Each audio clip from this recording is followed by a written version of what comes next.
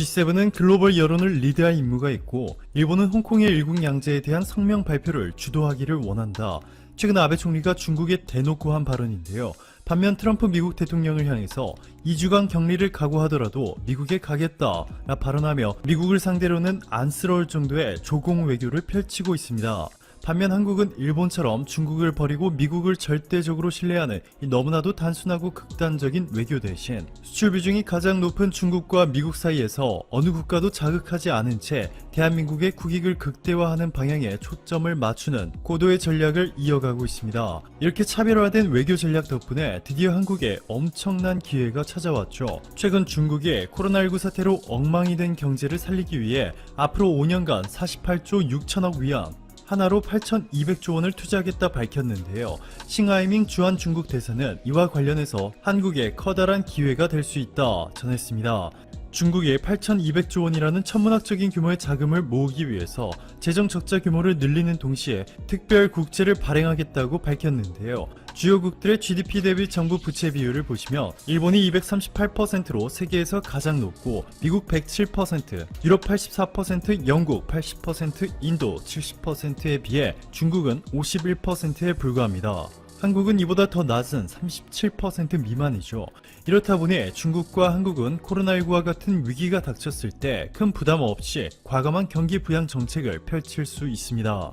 싱하이밍 대사는 중국이 5G, 인공지능, 빅데이터, 정보통신, 그리고 첨단 기술 분야의 인프라 구축 사업을 포함해서 올해에만 8조 위안, 우리 돈으로 1350조 원 규모의 투자에 나설 예정인데 중국의 이전 사업들과는 다른 수준의 시장 개방성을 약속했습니다. 또한 싱 대사는 최근 시진핑 국가 주석이 발표한 하이난 자유무역항 건설 계획을 살펴보면 인력뿐만 아니라 상품과 자금의 자유로운 이동이 보장된다. 절대 다수의 상품이 관세 면제 혜택을 받을 것이다. 한국 기업들이 하이난에 와서 사업을 영위하기 바란다 전했습니다. 시 주석이 천명한 하이난 자유무역항 건설 총체 방안은 2025년까지 무역과 투자 자유화를 기반으로 전반적인 체계를 수립하고 2035년까지 인력과 자금 그리고 물류의 자유로운 이동을 가능하게 만들어 2050년까지 세계적인 자유무역항으로 키우겠다는 것인데요.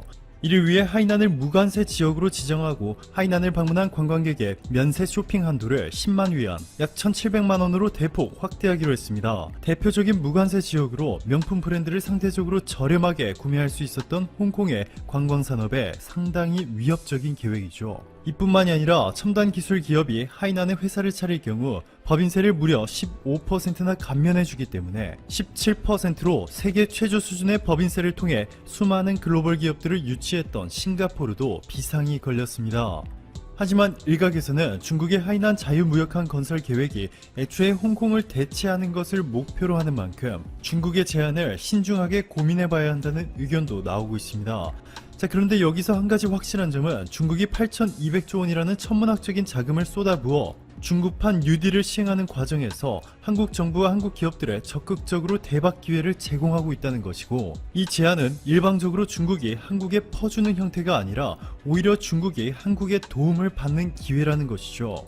중국이 중국판 뉴딜과 관련해서 유독 한국과 적극적인 협력 관계를 구축하려는 것은 최근 한국 정부가 발표한 한국형 뉴딜이 전 세계로부터 주목을 받으며 세계를 이끌어 나갈 것이라는 평가까지 나오고 있기 때문입니다. 워싱턴 경제동향연구재단 FOET를 설립해 미국과 국제 공공정책 수립에 막대한 영향을 미친 인물이자 현재 미국 펜실베니아대 와튼스쿨의 최고 경영자 과정 교수, 여기에 엔트로피, 종말 등의 책을 쓴 세계적인 미래학자 제러미 리프킨은 최근 한국이 아시아뿐만 아니라 전 세계를 그린 뉴딜로 이끌어야 한다 라며 현재 기후온난화 문제와 경제 패러다임 전환을 위해서 인프라, 교통, 에너지, 통신 등의 분야에서 혁신이 필요하다. 그런데 한국은 통신과 교통 분야에서 현재 세계 최고 수준의 인프라를 갖추었다. 한국의 그린 뉴딜이 본격적으로 추진되면 한국이 세계 제3차 산업혁명을 주도하는 국가가 될 수 있을 것이다 전했습니다. 현실이 이런데도 일본은 최근 한국을 향해 매일같이 막말을 쏟아내고 있습니다. 일본의 아소다루 부총리는 한국과 같은 취급하지 말아라. 일본의 방역에는 강제력이 없다. 민도, 즉 국민의 수준이 다르다. 라는 도를 넘는 발언까지 서슴지 않고 내뱉었습니다. 그런데 냉정한 현실은 글로벌 신용평가 기관 S&P가 일본의 신용등급 전망을 긍정적에서 안정적으로 낮췄다는 것이고, 반면 한국에는 일본보다 무려 3단계나 높은 국가 신용등급 AA+를 부여했다는 것이죠. 미국에서 각종 봉쇄를 해제하자 확진자가 다시 급증하면서 2차 유행에 대한 공포 때문이었습니다. 미국 재무장관은 재유행하더라도 재봉쇄는 있을 수 없다고 선을 그었는데, 그 이유는 경제를 닫으면 경제뿐만 아니라 다른 영역에서도 더 많은 피해가 야기된다는 것이었습니다. 미국 트럼프는 그동안 가장 자신했던 경제가 무너지며 재선거도에 이상 신호가 생기고 있습니다. 또한 경제뿐만 아니라 최근 인종차별 시위에 대한 대응도 큰 문제가 되었습니다. 워싱턴 포스트는 지난 10일 트럼프 대통령이 인종차별을 주장하는 시위대와 소통하기보다는 선동꾼 기질로 트위터의 극단적인 언사를 반복하면서 정치적으로 입지를 더욱 악화시켰다고 전했습니다. 지난 11일 CNN은 대선 여론조사 결과를 발표했습니다. 민주당 조 바이든의 지지율이 55%였고 트럼프는 41%로 조 바이든이 14%포인트나 앞섰습니다. 같은 조사에서 트럼프의 국정수행 지지율도 38%에 불과했습니다. 이 같은 여론조사 결과가 나오자 트럼프 캠프는 속임수이자 가짜 여론조사라고 비난했습니다. 트럼프는 직접 나서 해당 조사에 대해 가짜라며 반발했고, 여론조사 전문가를 고용해 해당 조사를 분석할 것이라고 했습니다. 데이비드 비질란테 CNN 부사장은 그동안 미국 정치인이나 선거 캠프가 여론조사 결과가 마음에 들지 않는다며 CNN에 법적 위협을 가한 것은 CNN 40년 역사상 이번이 처음이라고 했습니다. 또한 미국의 선거 전문 매체 538이 분석한 자료에 따르면 11월 대선을 147일 남겨둔 10일을 기준으로 트럼프의 지지율은 41%였습니다. 트럼프를 지지하지 않는다는 응답은 54.9%로 절반이 넘었습니다. 이 지지율은 1945년 이후 대통령 중 4번째로 낮은 수준이었습니다. 전문가들은 이번에 트럼프가 재선에 성공하기가 힘들어졌다고 했는데, 트럼프는 떨어진 지지율을 만회하기보다는 점점 더 민심을 자극하고 있습니다. 트럼프는 지난 11일 인종차별 반대 시위대를 겨냥해 경찰의 공권력 사용 기준에 대한 행정명령을 마무리하고 있다면서 우리는 더욱 강한 경찰을 갖게 될 것이라고 밝혔습니다. 과도한 공권력을 행사했다는 비난에 더욱 강한 경찰을 만들겠다는 말이었습니다. 이러한 트럼프의 대응은 전 세계로 번지는 시위 확산을 막기보다는 더욱 악화시킬 수도 있다는 우려가 나오고 있습니다. 또한 이번 감염병 사태에서 트럼프의 초기에 안일한 인식과 대처가 큰 화를 불렀다고 비판받았는데, 그보다 더욱 근본적인 사실들이 드러나고 있습니다. 미국이 2009년 신종플루, 2014년 에볼라, 2015년 메르스 모두 잘 대응했지만 이번에는 철저하게 실패한 중요한 이유가 있었습니다. 미국은 2003년 사스 이후 미국 전역의 감염병 위기 대응팀으로 수천 명을 유지해오고 있었습니다. 하지만 트럼프 정부가 들어오고 나서 사실상 해체 수순을 밟았고 예산과 역할 및 권한이 크게 축소되었습니다. 트럼프는 자신이 자른 사람들 상당수는 몇 년 동안 한 번도 활용된 적이 없다며, 자신은 사업가이기에 필요없는 사람들을 수천 명이나 데리고 있는 건 좋지 않다고 했습니다. 결국 이런 트럼프의 사업가 마인드가 초강대국 미국이 바이러스의 속수무책으로 당하게 만든 것입니다. 지금 트럼프의 행보로는 5개월 앞으로 닥친 대선에 성공하기는 쉽지 않아 보이고 있습니다. 그래서 새롭게 부각되고 있는 민주당 대선 후보 조 바이든에게 관심이 집중되고 있습니다. 미국의 입장에서도 수렁에 빠진 미국을 구해줄 대통령을 원하고 있지만, 우리의 입장에서도 동맹관계에 있는 미국의 차기 대통령에 대한 관심이 커지고 있습니다. 우리가 관심을 가지는 가장 큰 이유 중 하나는 트럼프가 한국에게 요구하고 있는 주한미군 방위비 때문입니다. 트럼프는 지난해 불쑥 한국에게 5배가 넘는 방위비를 요구하고 나섰고, 지금까지 방위비 협상을 통해 우리 측이 최초보다 훨씬 많은 13% 인상안을 제안해 거의 합의에 도달했지만, 트럼프가 이 제안을 걷어차며 그 정도로는 어림없다며 50%를 달라고 요구하고 있습니다. 우리 측은 13% 인상안에서 더 올릴 수 없다고 주장하고 있지만, 트럼프는 이것을 올해 대선에 활용하기 위해 쉽게 굽히지 않을 것이라고 보고 있습니다. 지난 5일 트럼프는 독일에 주둔한 미군을 약 9,500명 감축하라고 지시했다고 했습니다. 그 이유는 독일이 트럼프가 제시한 분담금을 내지 않았기 때문입니다. 이 때문에 다음은 우리나라에 주한미군 감축을 들고 나와 압박할 것이라는 전망이 나오고 있습니다. 그런데 12일 리처드 그렌의 전 주 독일 미국 대사가 인터뷰에서 중요한 발언을 했습니다. 이미 트럼프 대통령이 한국에서 주한미군을 철수하려는 계획을 가지고 있다는 것입니다. 전직 고위 외교관이 주한미군 철수를 직접적으로 말한 것은 이번이 처음이기에 큰 파문이 일고 있습니다. 결국 문제는 돈이었습니다. 트럼프는 우리에게 상식적으로 이해할 수 없는 방위비를 받아내려 하고 있기 때문입니다. 그러나 5개월 후 재선에서 트럼프가 떨어지고 조 바이든이 대통령이 된다면 말이 달라지게 됩니다. 조 바이든은 오바마 행정부에서 8년 동안 부통령을 지냈고, 이번에 캠프의 슬로건은 오바마 시대의 복귀를 내세우고 있습니다. 지금 트럼프의 모든 정책을 과거 오바마 행정부 시절로 되돌리겠다는 것입니다. 오바마 행정부 시절 주한미군의 방위비 인상은 매년 물가 상승률을 기본으로 4% 정도 인상되는데 그친 바 있었습니다. 상식적인 수준에서 이뤄졌다는 말입니다. 또한 조 바이든은 한국과의 동맹 강화 및 조율을 강조해왔고 주한미군 철수에는 반대 입장을 명확히 한 바 있습니다. 특히 조 바이든은 한일 간의 역사적인 문제에서도 한국의 입장을 지지해왔습니다. 과거 한국과 일본이 부산 소녀상 설치 문제로 충돌할 때 조 바이든은 아베에게 먼저 전화를 걸어 소녀상에 관련된 행동을 자제해달라고 요청한 바 있었습니다. 그러나 일본은 이를 무시하며 한국에 대한 보복으로 통화 사업을 중단하고 주한대사를 귀국 조치했습니다. 또한 조 바이든은 한국을 자극하지 말라며 아베 총리에게 야스쿠니 신사참배를 자제해달라고 요청하기도 했습니다. 조 바이든은 당시 방안에서 아베 총리가 야스쿠니에 가지 않겠다는 뜻을 보였다며 한국의 대일관계 개선을 요구했습니다. 하지만 불과 20일 후 아베는 자신이 판단한다며 야스쿠니 신사참배를 강행했습니다.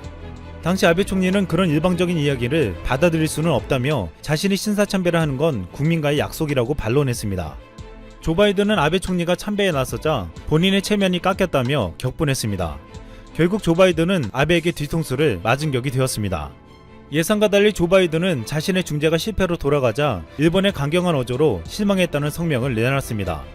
미 국무부는 성명을 내 일본이 이웃 국가들과의 긴장을 악화시킬 행위를 한 것에 실망한다고 밝혔고, 니혼 게이자이 신문은 원안에는 실망이라는 표현이 없었으나 바이든이 주도해 이런 표현이 들어가게 됐다고 보도했습니다.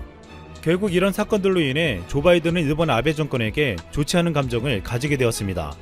이 때문에 지난 3월 산케이 신문은 조 바이든이 미국 대통령이 된다면 일본이 어려움에 처할 것이라고 보도하기도 했습니다. 아베 또한 이 사건으로 주변 사람에게 바이든에 대한 비판이 적혀있는 로버트 게이트 전 국방장관의 회고록을 주변에 추천했다고 했습니다. 앞으로 조 바이든이 미국 대통령이 된다면 아베는 트럼프처럼 함께 골프 치면서 친분을 자랑하기는 힘들어진다는 이야기입니다. 물론 아베가 조만간에 물러난다면 이런 상황은 벌어지지 않을 것입니다. 반면 바이든은 한국에 대해서는 소중한 동맹이라고 말해왔습니다. 바이든은 이번 감염병 사태에서도 한국은 바이러스 확산을 멈출 검사와 정교한 추적 프로그램이 있었다고 칭찬했습니다. 트럼프는 더 이상 세계의 경찰 노릇은 안 한다고 했지만 바이든은 주한미군 철수에 반대하며 미국의 안보와 이익, 가치를 외교 정책의 중심에 놓고 세계에서 미국의 리더십을 회복할 것이라고 말하기도 했습니다. 우리 입장에선 트럼프가 재선에 실패하고 조 바이든이 미국의 새로운 대통령이 된다면 그동안 이어온 상식밖의 방위비 협상에 굴복하지 않아도 되고 한미 동맹관계를 더욱 두텁게 할 수 있을 것으로 기대되고 있습니다. 그런데 지금 미국의 대선 여론조사만으로는 아직까지 바이든의 승리를 확신할 수 없다고 보고 있습니다. 지난 대선 때도 여론조사에서 앞선 힐러리가 트럼프에 졌기 때문입니다. 당시 선거 막바지 여론조사임에도 불구하고 13개 중 12개가 틀렸습니다. 선거 당일에도 힐러리가 99% 이긴다고 보며 뉴스위크지는 다음날 표지를 최초의 여자 대통령이라고 16만 5천 부를 찍었다가 다 폐기한 바 있었습니다. 당시 숨어있던 백인들이 투표장에 나왔다고 했는데 이번에는 여론조사에서 트럼프에 부정적인 인식을 갖는 사람들이 바이든을 찍으러 투표장에 나오겠냐며 의구심이 제기되고 있습니다. 그럼에도 불구하고 이번에는 감염병 사태의 피해와 트럼프의 기행으로 인해 트럼프의 편에 선 사람들까지도 등을 돌리고 있어 지난 대선과는 다른 결과가 나올 것이라고도 보고 있습니다. 미군 서열 1위 마크 밀리 미국 합참의장은 지난 11일 트럼프와 백악관 인근 교회 앞에서 사진 찍은 것을 사과했습니다. 조지 플로이드 사건에 항의하는 평화 시위대를 강제 해산시키기 위해 경찰은 체류탄과 고무탄을 쏘고 있는데 트럼프 대통령은 세인트 존스 교회 앞에서 성경을 들고 기념 촬영을 하는데 동행한 걸 공개 반성한 것입니다. 마크 에스퍼 국방장관이 시위대 진압을 위해 군을 투입하려던 트럼프 대통령의 반기를 든 데 이은 항명사태라고 볼 수 있는 양심 선언이었습니다. 대선이 5개월도 채 남지 않았는데 군 통수권자와 수뇌부 간의 파열음이 걷잡을 수 없이 증폭되고 있습니다. 공화당 내부에서도 트럼프 때문에 다음 총선에서 완전히 망할 수도 있다는 공포감이 커지고 있다고 했습니다. 영주 경제주간지 이코노미스트가 차기 미국 대선에서 도널드 트럼프 대통령이 재선에 성공할 확률을 15%로 예상했습니다. 이코노미스트 홈페이지에 게재된 예측 결과를 보면 오는 11월 미국 대선에서 조 바이든이 승리할 확률은 85%였습니다. 그러면서도 이코노미스트는 현재 우리의 예측은 4년 전 클린턴의 승리를 점친 분석들과 닮아서 민주당의 데자뷰와 같을 수 있다며 예측이 틀릴 수 있음을 인정했습니다. 북한 리성건 외무상은 지난 12일 오는 11월 재선에 도전하는 트럼프에게 우리는 다시는 아무런 대가도 없이 미국 집권자에게 치적 선전감이라는 보따리를 던져주지 않을 것이라고 큰소리쳤습니다. 이 같은 북한의 태도는 앞으로 트럼프가 북핵 문제에 대해 과시하는 것도 이번 대선에서는 이용하기 힘들다고 보고 있습니다. 트럼프는 끊임없이 자신의 치적을 자랑하며 이를 재선에 이용하려 했습니다. 한미 방위비를 500%나 올리려 했던 것도 이 중에 하나였습니다. 하지만 지금 트럼프에게 주어진 환경은 점점 불리하게 돌아가고 있습니다. 과연 5개월 후 누가 미국의 대통령이 될지 우리의 관심이 주목되고 있습니다.